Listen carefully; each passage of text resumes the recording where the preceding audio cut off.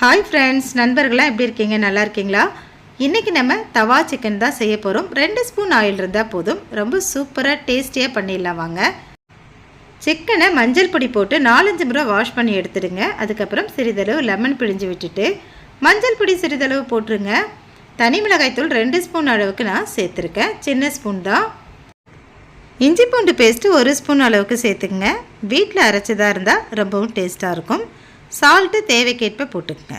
அவ்வளோதான், எல்லாத்தையும் கலந்து விட்டுடலாம்.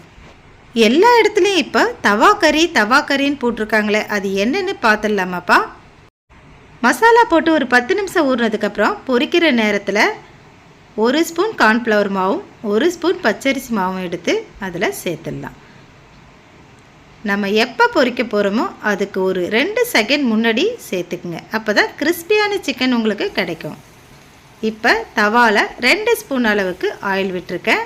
அவ்வளவுதான். 1/2 கிலோ சிக்கனையும் பொரித்து எடுத்துடலாம். எப்படி 1/2 கிலோ சிக்கனை 2 ஸ்பூன் ஆயிலில் பொரிக்க முடியும்னு கேட்குறீங்களா?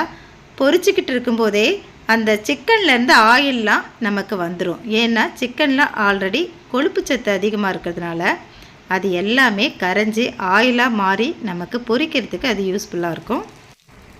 நல்ல மசாலா மணத்தோட கமகமன வாசனையாக தவா கறி நமக்கு ரெடி ஆகிட்டுருக்கு. சாம்பாருக்கு வச்சு இதை சாப்பிட்டா ரொம்ப டேஸ்ட்டாக இருக்கும்.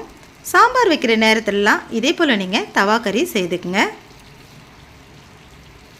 மேலே கிறிஸ்பியாகவும் உள்ளே நல்லா சாஃப்டாகவும் சூப்பரான தவா கறி ரெடி ஃப்ரெண்ட்ஸ்.